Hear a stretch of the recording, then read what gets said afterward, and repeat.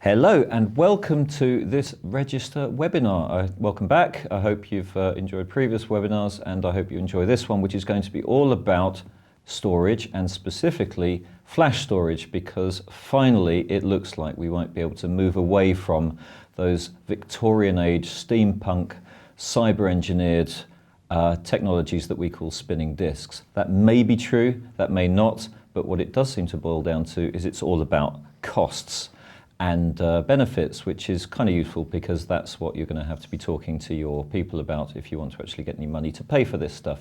To help me through this topic, I've got several esteemed members of the panel here. I've got to my right, if the panel works for you that way, I've got Tony Stranack, Hi. Who will be TS because we're full of Tonys this week. Two Tonys. Two Tonys, yes, two-tone. The Register's first two-tone presentation. Tony Stranack from HP Enterprise, which is HPE, I think we're allowed to call it. HPE, Hewlett-Packard Enterprise, whichever you like. Right, okay. It John. makes me feel sort of happy, HP, happy, HPE. Good. We can go with that. We've got Keith Bucknall from ERS, an insurance company. Hello, and the ever-present Tony Locke from Freeform Dynamics, who's going to hold the fort and tell us all things that you, the Register audience, are talking about. But before we start, I wanted to just sort of give the panelists a chance to kick things off by asking a quick question to each. So, Tony Stranack,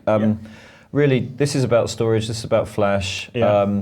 In some ways, we've talked about this stuff before, and it does seem to be a bit of a continuum. So, when you've been talking to your customers, how has that conversation evolved over the past 3-4 years, do you think? Oh, good question. I think really, if you go back a couple of years, maybe 3 years, the conversation about flash was all for niche products, or all for this. I've got a specific issue that I want to try and address with flash. But today, we're getting customers who are coming with tier 1, tier 2, and say, I want all flash for everything. Show me how you can do flash for the same price as you did spinning disks, and not just tier 1, tier 2 cases as well. So wanting to move from a bit of flash to everything. Flash. Yeah. I just want flash. I want all the benefits that it brings. Okay. And Keith, so where you are, I've been talking about storage for a long time. We've all been talking about storage for a long time. Why is it still a problem? What's going on? Does it still need to be a problem? Yes, good question, John. I don't think it needs to be a problem, but storage underpins the whole infrastructure. It underpins every application, every system people are running on. And normally, I think a lot of small, medium-sized enterprises who can't have the benefit of a dedicated storage team or a big storage team really kind of undersell and just say, well, storage is there and we just leave it. And one of the lessons I've learned, which I'll hopefully share with you guys, is actually it just underpins the whole infrastructure, just like the network underpins the whole infrastructure as well. Mm-hmm. Can't live with it, can't live without it. So, and to you, Tony, storage should just work, it should just deliver, but it doesn't. So what's that holding back? What's bad storage preventing? It's the whole question of storage previously being invisible because it was part of something else, never existed on its own. People didn't recognise how important it was, they didn't recognise how much it cost, and that's certainly changed dramatically recently. But it holds back everything you want to do. If you can't get the performance, you can't get the security, the reliability, the availability of the data when people want it, how they want it, as quickly as they need it, then it stops any development going forwards. It can be a real bottleneck, but it's been, until very recently, an invisible bottleneck on all sorts of levels, cost, performance, the lot. Well, maybe we'll see it moving to being an invisible bottleneck again, and Flash RR being the saviour of the universe. So I'm sorry, I had to get that in. And the other thing I need to get in is, don't forget, you can ask questions at any time from our lovely panellists about flash storage, traditional storage, how to arrange storage, problems with storage, how to cost storage, etc., etc. We'll cover a lot of those topics today, but you've got the little button on your screen. If you want to ask any question, just ask it, and I'll present it to the panel. So thank you very much. And moving on, so keeping with you, Tony, let's look at some of the data that you've had back in terms of where storage is still causing problems today. Sure. So let's put it in terms of the numbers. Yeah, these are the things that the Reg audience have told us time and time again. So obviously it's the hardware cost side. We're buying more and more storage because we've got ever increasing data that we need to hold. Similarly, we've got the software side of that, whether it's in terms of data protection software, security software, just performance software to make sure that we can replicate things when we need it to get performance, or just for availability and DR. The whole maintenance costs, of course, because again, we keep storage for a long time now. Storage has never really been a 3-year acquisition. It just lives until it dies. And then the thing that really underlies everything, but has only probably recently become very visible, is the whole high management overhead. It takes a lot of effort to keep storage working, and it takes a lot of effort just to get it working in the first place, but to keep it operational over long periods of time takes a lot of knowledge, a lot of skill. It needs good operational process. And finally, it's the thing that really underpins what we talked about at the beginning. It's about performance.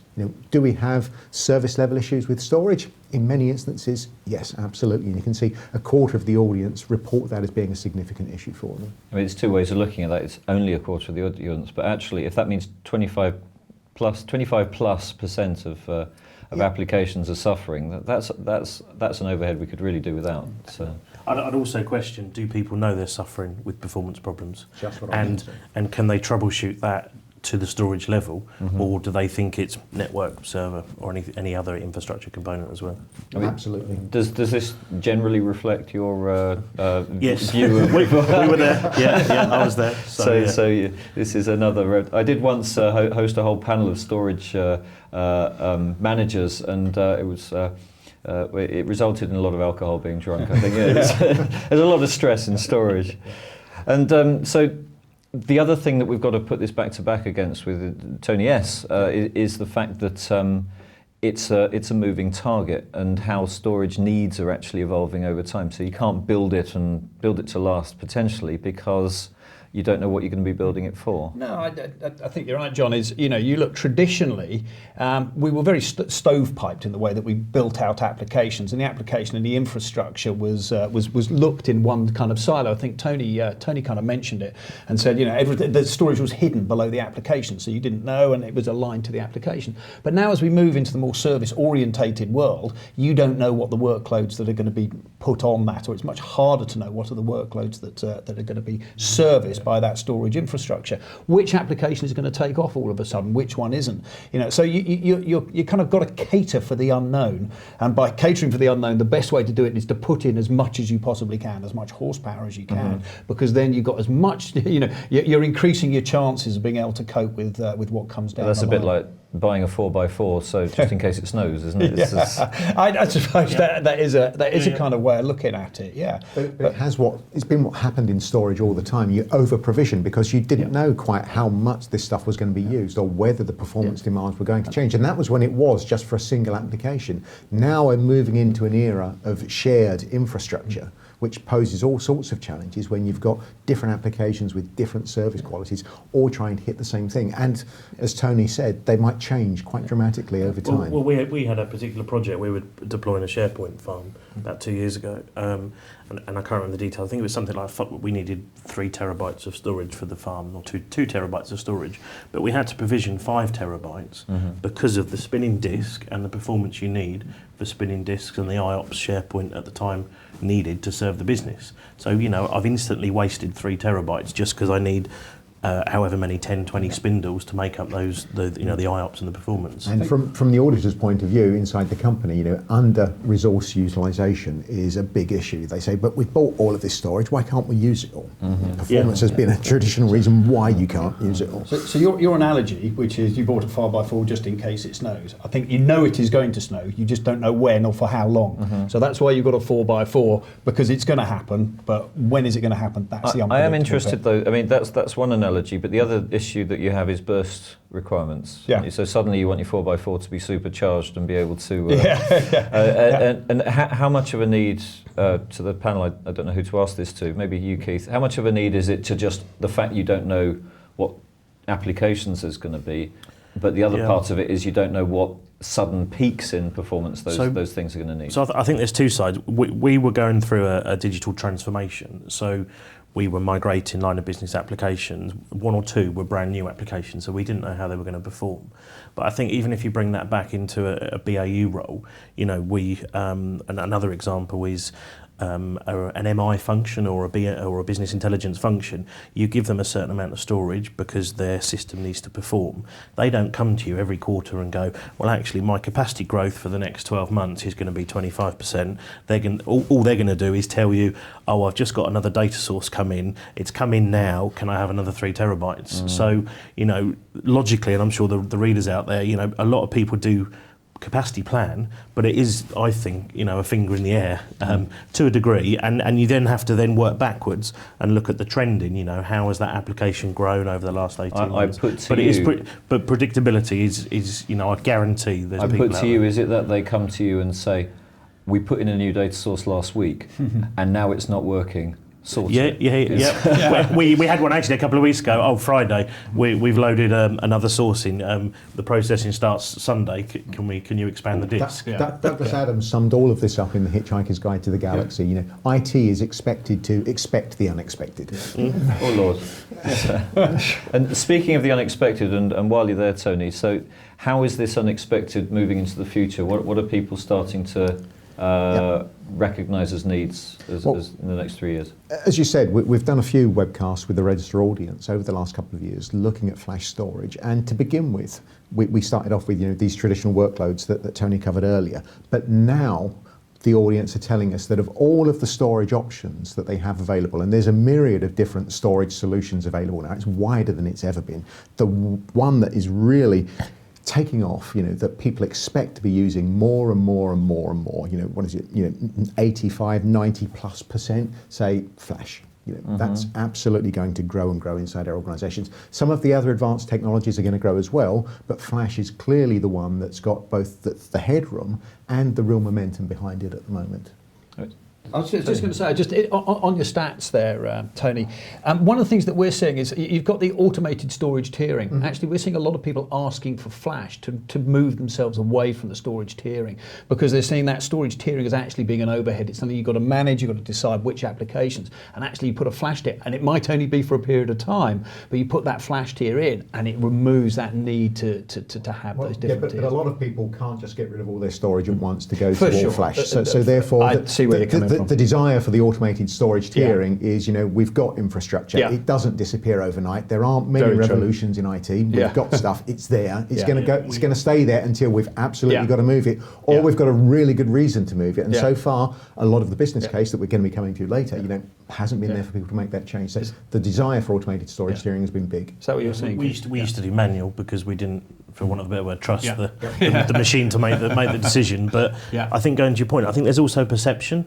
So the roles I've worked in previous, you would only use flash on things like Oracle warehouses, on things like 2,000-3,000 concurrent users. You wouldn't use flash on your email server, for argument's sake, and the reason for that is because there was a perception of, you have to make the best performing choice, and it has to be on that flash disk. You can't just, for want of a better word, stick everything on there. Whereas now you can, because there'll be some benefits that we'll cover off. Before it was cost that was the big inhibitor, which is why a lot of people were talking about compression and dedupe to try and make flash appear, on their internal procurement processes, if nothing else, as well as vendors trying to make it appear, as cheap as spinning disks. And so that was the big inhibitor, why it was only aimed at those really niche performant applications, and that's the thing that's really changing now. I sometimes think with technology there's it's almost a double think state, 1984 style, where people move from a state of exception. So for flash, for example, well, it's just for high performance workloads or exceptional workloads, etc. And that can very quickly flick to default. Like, why can't I use it for that? Why can't I use it for email? Why can't I use it for just normal workloads? I definitely think it's that inflection point that we're kind of at. Is people really are starting to ask that. And that's nearly always a cost inflection point. Particularly in business. And I was still there up until a couple of months ago. I was still we're only putting our database on line of businesses on there. But actually, for want of a better word, the more you put on there now, the more benefits you're going to get back. So focusing in on the flash thing, because people are starting to want flash. That's a pretty easy statement to make at this point. Not controversial at all. I think I'm safe ground with that one. But so to yourself, Tony Stranack, what kinds of things are people looking for when they say, so I need some flash and I need it to look like this? I needed to look like, well, you know, the first one, which I think is on the slide on the screen, is performance. I mean, that's the desirable thing that everyone wants. But that's again, as we've already mentioned, it's within that cost piece. It's got to, you know, actually, I want the performance to be the benefit. I don't want it to be the thing that I'm necessarily paying for. I want to pay the same price, but I want to get that performance out. But you've absolutely, you know, if it's going to come in and it's going to be your new tier 1, your new tier 2, that same level of data services, as I call it, so the availability, the manageability, the scalability, all those things have to be part of it. So it's got to be an architecture that you put on the floor that can deliver those things. You know, if you're tier 1 environments, a lot of people, you know, do remote replication or have internal copies and clones and things like that. It has got to have that functionality built in. It's got to be comparable to the stuff that you're basically replacing. And it's got to be reliable. Yeah. And what do you think? I mean, I can see this big red thing flashing on the slide here, which says automation, which maybe that's the thing. But where does Flash differentiate above and beyond in terms of traditional storage? So how different does this picture look to traditional storage in terms of people's requirements? Again, I think, you know, the answer could be it doesn't. Well, I think a lot of the core stuff has to be there. You know, a lot of the fundamental stuff you have to have in your new infrastructures you had in the past, because you want that transition to be simple. So what people don't want to do is, you know, that they accept that there's some operational process change that has to go on. But if they've automated things in the past, they want to be able to pick up those processes and they want to be able to transition them into the new environment without a huge amount of change, because, you know, the more change you put in, the more risk goes into to work in that environment. The big thing here is, as you say, you know, these are qualities that people want from any storage system, but many of them haven't actually been delivered. You know, the automation of physical storage really only began in the last couple of years, and it's still highly variable, particularly when you're running lots of different storage systems, because we still haven't got a universal shared infrastructure in most of the reg readership. But that ease of management is really the thing that would help everybody, because, you know, there are not, you know, many storage specialists if you move outside of, you know, big data centers where they've got guys that just do storage and nothing but storage. So anything that simplifies that process, makes things easier to handle day by day by day, is really important. And if you've got a single shared infrastructure running on Flash where you don't have to worry about the quality of service so much, the low latency, but maybe you need to manage other elements of that service delivery, is important. But getting that management and ease of use is the really important thing. I would have said performance, reliability and simplicity, actually, because whereas now we have 2 tiers to manage, possibly in some instances maybe 3 tiers to manage, we're only going to have 1 tier. Yeah. So the focus from the architecture of the storage is now not just around what tier should those workloads go on, what the RAID level should be and what the LUN sizes and the block sizes should be. It's actually now, do we do dedupe or do we not do dedupe? And that's it really. So There's another point on the slide that which is ease of adoption, and this is something that we're seeing as being different from the Flash world. It's always in the past when you've introduced new storage or something like that, there's been a reluctance from the application side, who sit there and go, oh, I'm happy with it, it's working. I'm glad that it's working. Yeah, cool, come on, we've got to change, and everyone's very reluctant to change. But you put Flash in, and the performance dynamic is so different that you've actually got application owners who'd said, or service owners in the past, oh no, there's no way you can have an outage on this. They're saying, look, we'll give you the outage, get us moved across this weekend, because we want to get those benefits. I think, of course, though, if you have an application that's not performing very well, yeah, it moves the bottleneck up the stack. It does. Yeah, from experience. So it kind of moves it from the Yeah. what is the storage to somewhere else, Yeah. which can be a good or bad thing, right? Yeah, but your bottleneck has actually become less critical as a Yes. bottleneck. It's Yes, still, yeah. you'll always have bottlenecks, but it's how important those bottlenecks are. Yeah. It's interesting. I'm thinking to your point, Keith. Yes, reliability. Yes, simplicity. That, you know, who's going to say I want an unreliable, complex IT environment? So they're kind of, yes, absolutely. You need those things, but they're kind of constant. They're kind of there isn't such a thing as exceptional reliability. Either something's reliable or it isn't. So they're kind of thresholds that you have to pass. Yeah. Whereas performance, I think the difference here, and just reflecting this conversation, is that there's kind of adequate performance, which is traditional storage, which, yes, there may be bottlenecks, but you can get over them, etc. Whereas what we're seeing with Flash is there is such a thing as exceptional performance, and there's new workloads that you can then and new ways of delivering that you can then work with that Flash provides. But one thing on the reliability, if I may, is that when we first started having these conversations with the register audience, a couple of years ago, reliability was a big issue. Can we actually trust that the flash storage we're buying today is still going to be working in 3 years' time? Because there were questions about the longevity of it and things like that. And so they've begun to go away as the manufacturers and people like Hewlett Packard have got better at actually making sure that these things can live with reasonably high throughputs over long periods of time. Which, just coming on to that, I mean, that's one of the where we think we have a strength is the fact that the architecture that we've got with the 3PAR and the store serve architecture actually is the same architecture. It's an architecture designed for processing I/O, so it's the same architecture that does spinning disks as does flash-based disks. So those data services are consistent across the two. So transitioning between the two is actually quite simple. And where leveling has matured a lot as well. Just because we've been practicing it for the last 2 or 3 years anyway. So that's the way things develop. So let's make this real then. We're at 20 past, which is perfect timing to move onto the next bit really, which is actually there's a lot of good theory, a lot of potential benefits, etc. But I want to turn to you, Keith, and let's drill into ERS, the kind of company you are, and really your storage journey, because it's kind of evolved, hasn't it? So where you started and where you now are. Okay, so I guess to put it into context, I run the architecture and infrastructure I guess teams in ERS. ERS has gone through a massive change. We're a 60-year-old Lloyd's Motor syndicate, and we're broker only, which is more business to business. And probably over the last sort of 4 years, we've gone through massive change through acquisitions. We have no legacy applications anymore in our estate, and the digital transformation that we ran over the last really 2.5 years has got us to a very nice state, and probably a state where more of a wish list and where people want to get to. But the challenges we faced really around that was we built a new data centre and disaster recovery site around about 2012.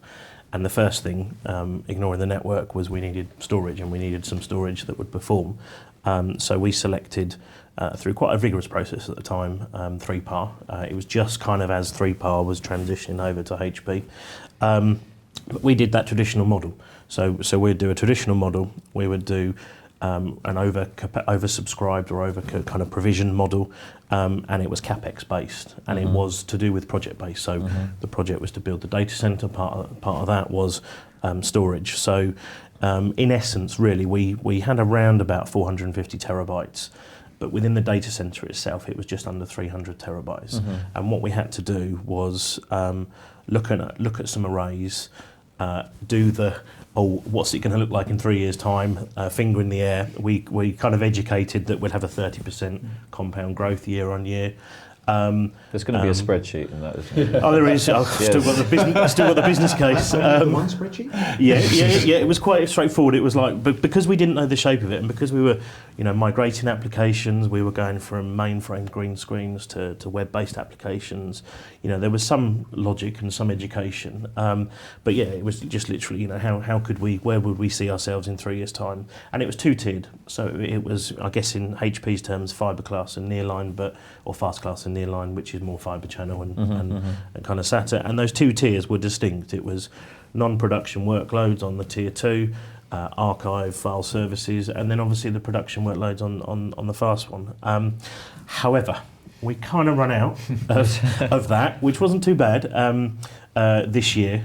So we were kind of 6 months short of the capacity. So you're only 6 months. Yeah.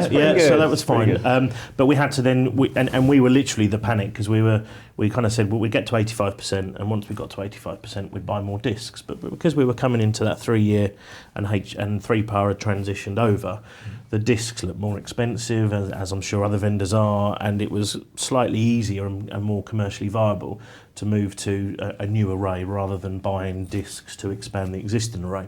So we bought a very small box at the time, which now has some flash drives, and we used that really as a proof of concept to say, well, if we were going to go to the all-flash array, I don't really kind of believe in what salespeople say. I'd rather kind of see it. Sorry, Tony. So we kind of use that as really a concept. But what we did do is put the production workloads on, and because it was kind of seamlessly integrated, you literally, and I joke because I just say to the team, well, it's just a right click and migrate. But really, it was as easy as presenting the disk, copying the data over, and getting rid of the other disk. So.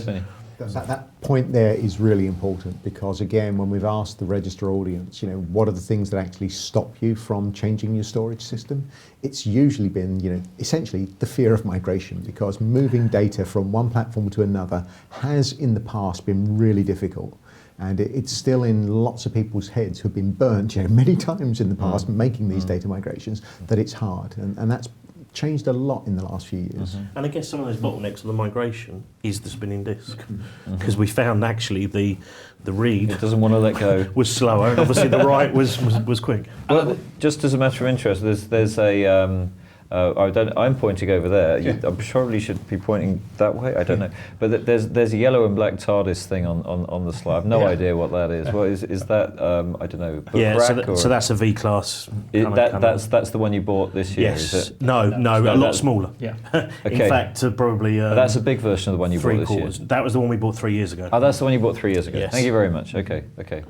Okay, do carry on. No, it was just to go on what Tony said about that, the migration feature, and that's again, when you look at the data services, as I call it, it's those kind of features that are very, very attractive to people. So it's not just, in Keith, in your case, you were going from 3-part to 3-part, but it's how we go from another vendor's array to a 3-part array in our case. And there's features and functions that are built into those data services. But we did that 3 years ago, and I do take your point that people say, oh, it's too complicated. But I kind of would challenge that, because yes, I know infrastructure is complicated, but in its very simplest form, if you had 2 different vendor arrays, it's putting it into a fabric, it's presenting that to a host, and it's copying the data. That I'd love to hear people's feedback, but that is really how simple it is. But it's always seen as a risk. Yes, and the question is obviously downtime and the time to get it over as well. And I think the risk comes from the manual element of the thing, which is again, you go back to the more you can automate that piece, and the more you can operationalize, if that's a term, John. I don't know if we're allowed. Operationalization. There you go. But the more you can automate that, going back to your point earlier, Tony, is that the more you can automate that, you mitigate those risks. So Reg audience, we know you're out there. If you do have any points you want to feedback on migration being a big issue, a small issue, a click and collect kind of issue, then do let us know. Any questions, just give us a shout. And sorry, Keith, you've actually now purchased all flash arrays. You've moved on one step further, which yes, we have. So we kind of evolved from the hybrid. So we stuck a load of SSDs and flash into this kind of temporary array we bought in January, and moved every high performing workload onto it, because we thought and we did it over test and dev, of course, first, but we wanted the real proof in the pudding, and that's what led us to then actually, rather than HP come back to us and go, come and buy this, it's all, it's the best thing since sliced bread. Would you like some fries with that? We kind of went back and said, actually, we've kind of eaten our words, and it's nothing technical. Apart from the cost savings, which we can come on to, there were some real business benefits that we saw, and we didn't really envisage from a techie technical point of view. Cool. Well, let's have a look at some of those. But first, let's have a look at some of the models that enable those things to happen. So, this is. Shall I just click through all of these? Yeah. Why not? And I know we're looking at a screen, which is probably not that useful. But Keith mentioned a little bit about his day job. My day job is to produce these in Excel, actually, Keith. So we all everything defaults down to Excel. But I don't necessarily look after a specific product or anything like that. I look at how storage gets deployed in the real world, and what is it that people do, and what are the different levels of efficiency people gain from deploying storage in different ways. And to keep it simple for myself, I kind of break everything down into these little pictures, which is graphs you'll see of blue, red, and green. And in these graphs, kind of start top left is a very traditional storage tile, and blue represents the raw capacity, red represents the allocated capacity, so what is actually presented to a host as usable, and green represents the written data. Now, obviously, what you want to do is you want to get as much written data on the raw capacity as you possibly can, because then you're making effective and efficient use of the investment that you've made. But you've got to take into account that you've got growth coming out, and you've got you might have some performance stuff and things like that. So we kind of draw this line that looks at the So 100% efficiency would be flat like that. It would be, but you're never really, well, until Flash came along, you were never going to hit 100% efficiency, because you're always going to do things like RAID protection. You're going to have snaps, you're going to have copies, you're going to clone, you might have some storage put aside for performance because of that database. And what we actually see in the traditional model, and Tony, we've discussed this in the past, but my numbers go for a traditionally deployed storage for every 100 terabytes raw, you get about 50 is presented to a host, and around about 20 of that 50, there's about 25 of written data, whether that's terabytes, gigabytes, whatever. But the 150, 25, maybe a little bit more rule tends to work. But what we also see evolve, and this is on the top right, is we see this model that Keith was talking around, which is oversubscription or over-allocation. Now, the most noticeable thing here is that my red bar, my allocation bar, is now above my raw capacity bar. So what does that mean? I've told hosts that they've got more data available, they've got more capacity available than there is written data. Whoa. You've got a lot of people saying that's a high risk environment. But it is only a high risk environment if you can't track the amount of written data. Yeah? If you can track written data, then you know exactly the point that you're getting to. Oh, I'm getting to the limit, I need to upgrade now, I need to put some more in. Isn't this just politics as well? Yeah, sure, you can have 5 terabytes. Absolutely. It came up in one of the earlier things. It's as Keith was saying, the application team would come along and say, oh, we've just installed this, can we have an extra 100 gig for the weekend? And this is going around saying, yeah, there's your 100 gig, knowing that they're not going to fill up the 100 gig in all one go, and knowing that you've got the amount of spare capacity to be able to do it. But it's being able to say yes now. But again, if you move outside of organisations where they do have storage specialists that have got these numbers at their fingertips, many organisations, if you ask them, how much spare capacity do we actually have available for something like this weekend loan of storage? They don't have that number to their fingertips. We ran a survey 18 months ago asking people exactly this question, and the range of answers we got back about how full they thought their hard disks could get before they'd hit any performance issues and how full they thought they were now, really did highlight the difference in people's understanding of real storage, allocated storage, and used storage. And there's lots of people really don't have a good grip on it. It probably reflects more of the psychology of the people that are asking,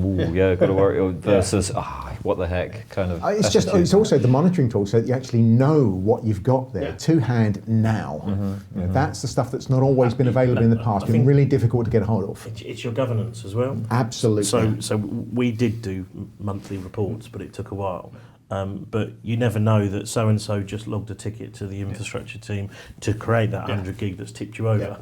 Never know it until you start, circling back. And that's exactly the point, is that, to get over that risk. I mean, I have, Tony, my key question is always how much written data have you got? Everyone thinks about, allocated or usable data or whatever. But actually, if you know how much written data you've got, then you're halfway to running an over-allocation model. If you can track and monitor that, and you understand the concept of written data, then you know exactly how much you're containing, exactly when to upgrade. There is a new model that we're seeing, and this is, if you look at the graphs, my blue, red, and green graphs, and this is a really strange one down on bottom right as you look at it, where actually my written data, my green bar, is now higher. Doesn't make sense, Tony. Why does it not make sense? Doesn't make sense. Thank you. It doesn't make sense because green written data is now more than raw capacity that's in there. So we've broken the laws of physics, John, or what have you. How is this possible. That's the work of the devil. How is that possible going to be possible? Yeah. Well, I mean, what black magic Keith, are you applying here? Keith is the proof that this can actually happen. But what we're now looking at is as we shift to flash technologies, they are able to, because of the performance increase, you're now able to add additional data services. Things like deduplication, compression, the thin provisioning sides of things. You can do these inline in real time and not have a significant impact on the front end. So in that it's effective written data. So this is, if you like, the compacted written data. So in effect, you are storing more written data than you have raw capacity in the array. And this is important to understand because this is the model of all flash. You will never deploy all flash in that traditional style because you're always, if you're going to take into account compaction, you're always going to be in this situation. So let me just understand this, just because I'm feeling a bit dumb. Yeah. And also just to make sure that it's quite clear, because I'm trying to pretend not to be a bit dumb. Yeah. This is about the fact that you can now run these data services inline as software, and therefore you can compress stuff on the fly. Yeah. Before that wasn't possible, so you couldn't rely on it. Now it's past the threshold where it's now possible to just do it. I think that's a good summary. The impact of running these kind of data services in the spinning disk world would just slow down a performance that was where you were already doing everything Flash you possibly makes can. Flash makes inline stuff data services. I wouldn't necessarily possible. Because potentially they're not necessarily running the software. They could be running the hardware as well. But those services, are the things that are going to enable maybe you to achievable. And that was one of the points on my business case internally to the business was that because we tested it, and there's a graph that I've got that presumably was part of your starting to trust the machine, the fact that it did actually work. So. Yep, that's right. Yep. And it's down to, again, understanding what data you have, because if you're a media organisation, then you're not going to be able to over-provision. It's just not going to work because you can't compress the content too much. But and again, you need to know, well, what are the performance limits? Because if you are running one of these, edge applications that Flash was originally used for, where you really want the absolute lowest latency, you may not want to do compression then either, because you want the absolute lowest latency. But for most of your workloads, it makes perfect sense. And costs, then. Again, I'll just click through that and... Perfect. Yeah, so I mean, really, all we did here was we wanted to then try and study, well, what is the impact? How does this, these different deployment models impact the cost of deploying storage? So what we started to look at how the analysts judge and measure storage deployments, and most will come up with a cost per raw terabyte per year for data center storage. Very, very average, very, very generic, but then our survey was very, very wide. These stats come from about 3.5 exabytes worth of currently deployed 3-PAR storage that's out and running in production environments, and really because the analysts measure by raw capacity cost per terabyte of raw capacity per annum is you can see in that traditional that traditional world to used on your 100 terabytes, you're storing 25 terabytes of written data. So we can then judge by saying, okay, so in this world, it's costing you this amount. I mean, in this chart here, it's based around 200 terabytes, just as an example. And you can see it's, by the analyst estimate, it's going to cost you around about $500,000 a year to keep that within the data center. So that's fully burdened cost. That's the cost of procurement spread out over the lifetime of it. So it's the manpower, the cooling, the management, and all those bits and pieces. He said he wasn't a sales guy. So. But it's all those bits. But then as I move down, I look at the oversubscription Let's jump model. straight to the money shot slide figure. The money figure is where you look at the far end, and in that world, actually to store my 52 terabytes of written data, I'm down to around about 40 terabytes of raw capacity in the world. And again, this is what people are actually doing, and this is where people are. And I've reduced my TCO costs for storing that same amount of written data down to around a fifth of where they were in previously. And it's this isn't talking about the capex, the purchase price. This is talking about the ongoing cost, and this is what's making the difference. It's massive reduction of space within the data center. I want to bring you in here, Keith, because the whole cost model philosophy has changed dramatically at your place, hasn't it? So I think yes. So we're predominantly were a capex kind of model.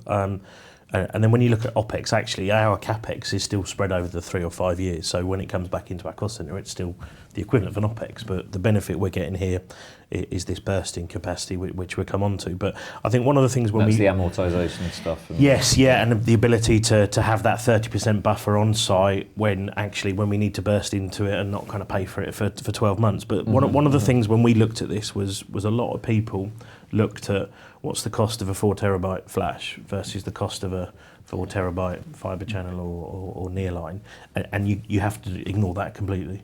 Because you look at it, and as I said to the account manager, see you later. I'm crying on the floor. But you need to look at actually when it's there, what's the benefit? So it's not just the performance, which is great because it will please the business. It is this kind of compression and dedupe. And when we spoke to other vendors, that they all kind of claim a very high dedupe. And I'd kind of question a lot of people and say, well, just ignore what any vendor says, and actually if you try it and put a workload on there, you'll get the realistic. And actually the realistic dedupe was quite in line with what the technical kind of pre-sales guy we had at HP, after already looking at what type of block sizes and data we had. But moving over, the actual sale of moving over from CapEx to OpEx was fairly straightforward for us, and the biggest unique kind of selling point was we're really around this HP capacity on demand. So yes, everyone can go from a CapEx to an OpEx. We don't cross-charge internally, but what we want to start doing is show back and show those charges for different workloads. But I think where the uniqueness is this kind of buffer. So we've ordered 30% extra than we actually need, and we have that for a period of time where if there's like we said, a new data source coming in or a new application coming in, we have that ability to burst into that straight away. And as we start growing and bursting, we can get another buffer that gets delivered on site. And it's effectively, I guess, capacity planning on demand or capacity planning as a service, because we're going to have regular reviews and quarterly reviews. So you actually, to a degree, don't need to have that weekly report that comes up of how much storage you've got and looking at those graphs there where you go. We're actually going to be doing that by doing this kind of capacity on demand. And the only slight changes were literally how do we budget for next year and how does that come into our cost centre. But with the added benefit, there's no depreciation. Right. So happy days. Right. The importance of having that buffer cannot be overstressed, because if you run out of space, then your users tend to complain quite vigorously. Yeah. And so having the ability to burst if you need to burst, without having to pay for it up front, because again, that's just what we did in the past, was this over-provisioning, because we didn't know what was going to happen. Yeah. So having some financial tool, which is what this is, to deal with that is really important. It's something that's becoming better understood. It's not something we've done a lot of in the past. There's been some instances of it, but it's something that's now spreading into storage. There's something in my head which I'll throw out there because I'm not absolutely sure how to phrase it. But essentially, it's the link between having that buffer from a cost perspective and therefore not having to capacity provision, and then not coming up against the problems that would cause if you didn't capacity provision correctly and suddenly running out of headroom, and when everything starts falling down from a performance perspective and you're still trying to solve the problem even as the walls are falling down. Our forecast is predictable now, so we know for 2016 what the storage costs will be. We know for 2017 it will have that buffer on top, so we've already predicted that. Whereas before it was kind of thanks, there's a deprication. Oh, we need some more. Oh, there's a depreciation, and you take the hit. So yeah, it's been more predictable. And you won't hit that kind of running out of oxygen kind of space. Yes. But I think it's exactly as you say. It's that having that buffer and financially catering for that buffer is the key to moving from a traditional deployment into an oversubscription, over-allocation. You have to have it, and you've got to put some financial mechanism in place to enable you to be able to. So there's still an over-allocation model going on, it's just you're not paying for it up front. Yeah. What it boils down to. For it, essentially. Very, very, very kind, and I'd get on the blower before they change their minds. I was going to say, but the thing is, the unexpected can happen, as we said earlier. You've got to expect the unexpected. So you might have, a sudden acquisition that comes in that means you're going to get a whole lot more data that you're going to have to put on there, which will clearly blow your planning out. But that would happen anyway. But you've still got to make sure that you are monitoring and that you are aware of what's going on. Maybe even more so than in the past, because you haven't got that huge buffer of 4 to 1. And you're trying to capture the absolute exception. If a bunch of people turn up and say, "Can you store our data?" then the bets are off. I think it's also changing that relationship as well, rather than once a year we'll go to HP and say this is how much more we want and it's going to take 6 months. You've got the buffer capacity, but also the relationship changes with the vendor, because you can sit there and go, actually, if I know I'm going to see that buffer capacity, I can say I need another buffer. I'm just putting it in place within a relatively short period of time. Not the long capex kind of procurement cycle. I want to get back to the performance side of so not so much the performance buffer, but the performance now. Yep. And this is the stuff that you really found that really shifted you onto the we can actually do this, Keith. So here's some graphs. You can talk around them, but tell us what we're seeing here. So really on those graphs, it's effectively the black line is the average kind of IOPS that the old array would support with the current configuration that we had. And as we migrated more workloads and one or two workloads were slightly unpredictable and through this kind of transformation, it just clearly shows that we had a bottleneck. So we had to do something before we looked at kind of a refresh or a renewal.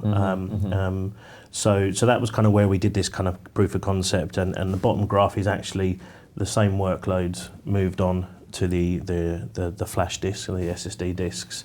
It's not the actual top end of what they can do, but clearly it's showing that actually for the same workloads we've got much better performance. We've got higher capacity and higher throughput. Fewer peaks. Yes. And it's just showing that actually it can easily cater for it, and it can probably go higher than that. It's actually, we've scaled it for about 300,000 IOPS. And what I understand is that this is essentially giving you flexibility in your services. So if you run a backup, for example, it doesn't bring everything else slow everything else down. Yeah, so that was a great one. Actually, we've cut the data warehouse processing down from a weekend to 24 hours. Strangely, as you said, we've cut the backup processes because the backup can actually read the data quicker and obviously actually write it to where it needs to write it before it goes off. So we've had some great benefits. We've also had a lot of business benefits where we have a big operational call centre, and I'm sure everyone's phoned up and said, "Oh, sorry, my system's running slow today. Can you please wait till I get to the next screen?" That gone away. So actually, the call centre, the calls on hold. And the call waiting times have reduced with an impact, and that's really the thing we didn't think about. We all have our techie pointy kind of hats on and kind of go, well, actually, it's great, it's done this processing, that processing, but actually the business impact has been quite good actually. So it's a genuine business benefit. Yeah, we've had people come up the corridor and go, "Oh, that disk thing that was mentioned on your CEO's blog, oh, it's been great. Yeah, I've noticed. I can click this and do this quicker." So there's a lot of intangible benefits, I think. I was going to say, these intangible benefits are obviously the ones that before you've got the experience are often really hard to sell when you're making the budget case for anything, because they are by definition they're intangible, but really important often. And how you put a quantifiable value on those is something that only the business guys can do.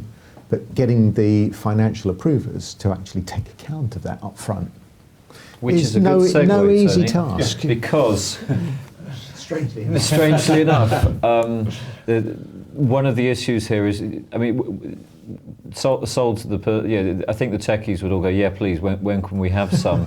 All I need to do is find a bit of money for that. And but the big challenge to get over is defining a business case that people are going to sign up to, isn't it? Really? Yes. Yeah.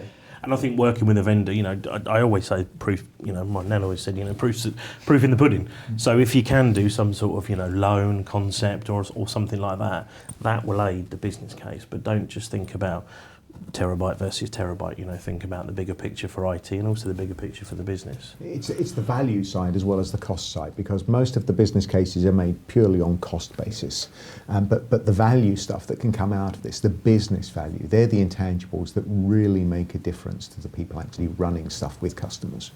Would you say, this question for the panel really, what's the best way to get around this? Is it just to be a really good writer and write with flourish about how wonderful this stuff is?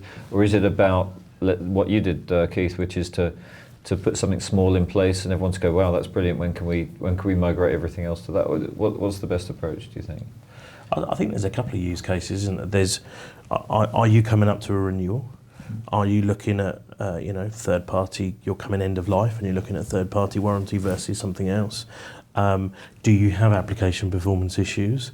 Are you having constraints with certain parts of the storage and want to simplify it? I think it kind of depends, but I don't think it just doesn't have to be a good writer, but working closely with the finance team. We work with our kind of finance managers first and then went up to the CFO. And we've got quite a good, close relationship with the execs anyway, so it's kind of working together. So and then also, we did pluck out things like, the processing time is taking this, the migration time is taking this.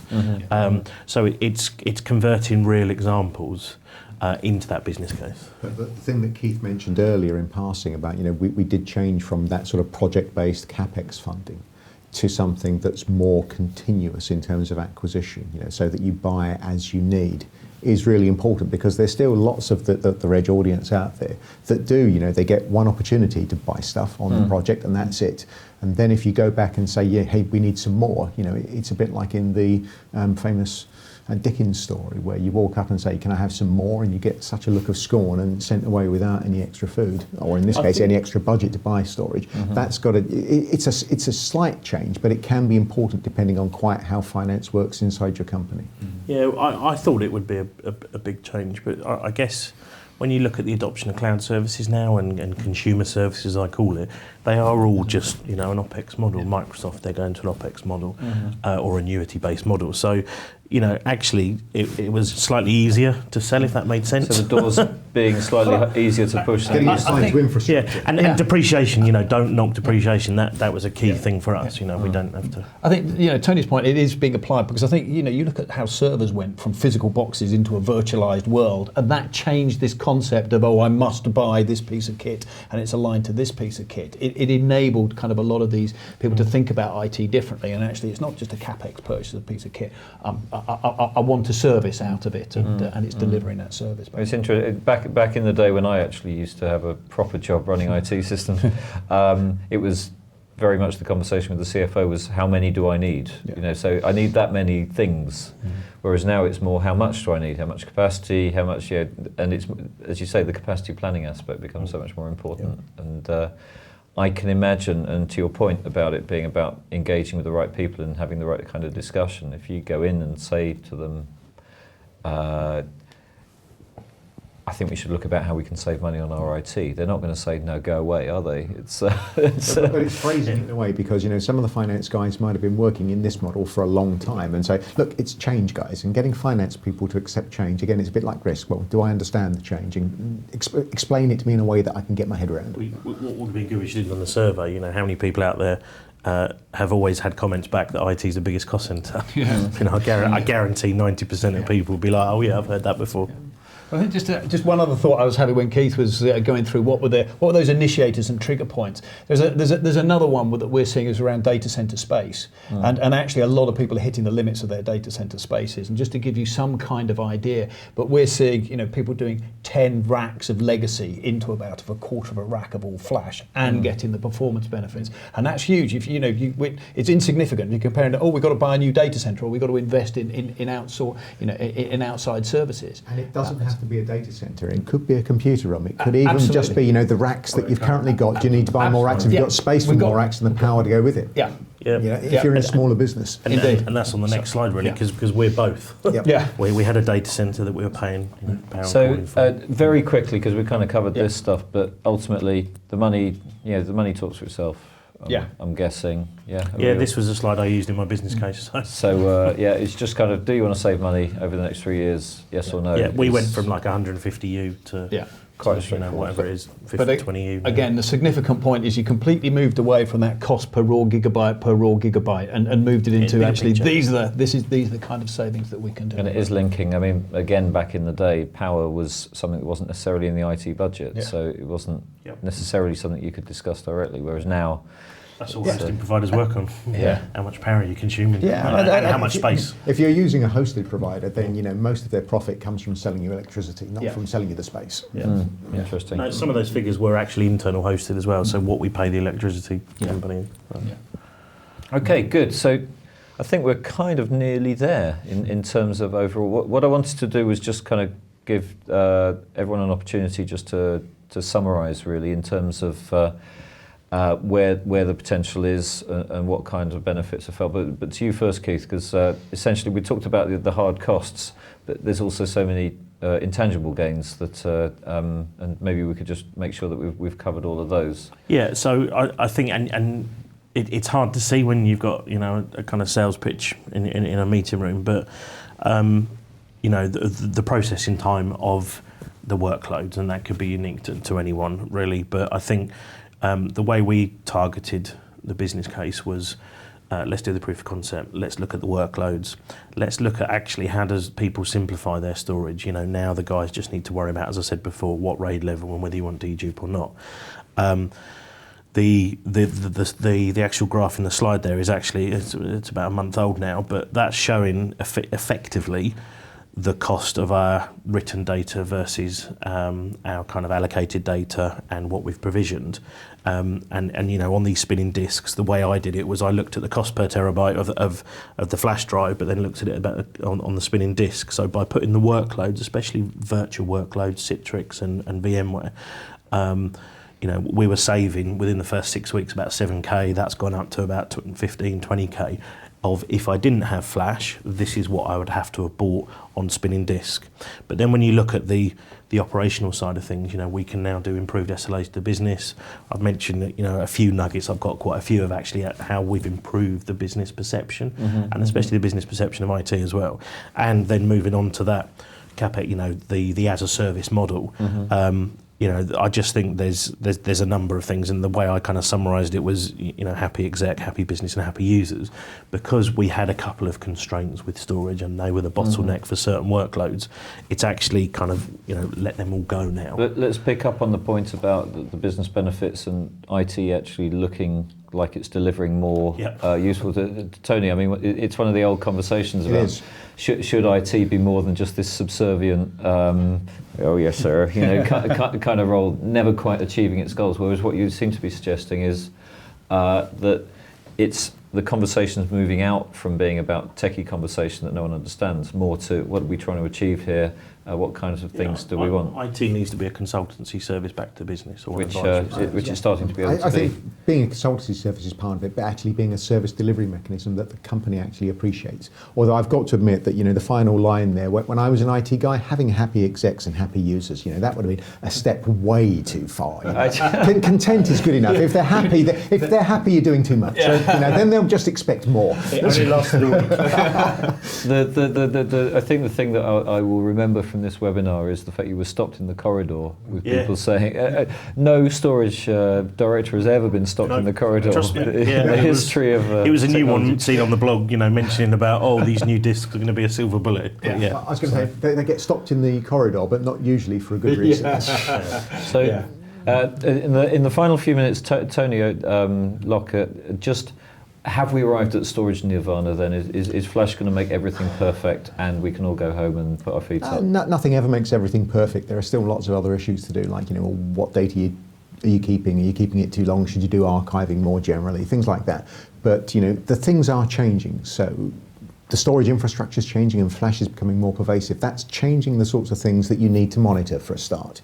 So it's less about how much allocated capacity have we got, and more to what's really happening and how often do you need to manage that, because that monitoring may need to change. Just when you do it, as Keith said, how you do it, and then how you report that back, to make sure that you've got the operational processes in place to take care of that, to deal with bursting, forward planning, acquiring new, getting it all in, but also making sure that you've got the budgets lined up to deal with, what's essentially going to be less of that, buy once, run it until you have to buy again in 3 years' time, to a more continuous delivery mechanism, which lots of things are moving towards, but it does involve some change. So you've got to get a bit of operational change in there as well. That's a good point. I know we're kind of short of time, but selling that back. So the benefits I've kind of outlined here, I was reporting back on probably a fortnightly basis. Oh, look, this has dropped from 3 hours to 20 minutes.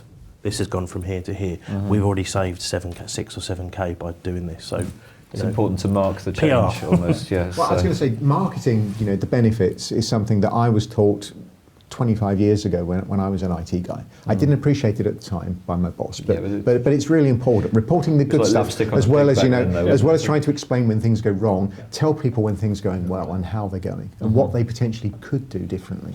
Just to come back on you were saying, Tony, those things, so it's more from an IT perspective, is that concept of written data. Yeah, forget about the raw capacity, forget about the user capacity. If you can understand written data, then you've got the capability of the cost per raw gigabyte becomes irrelevant, because it's about how effectively you are at storing that data.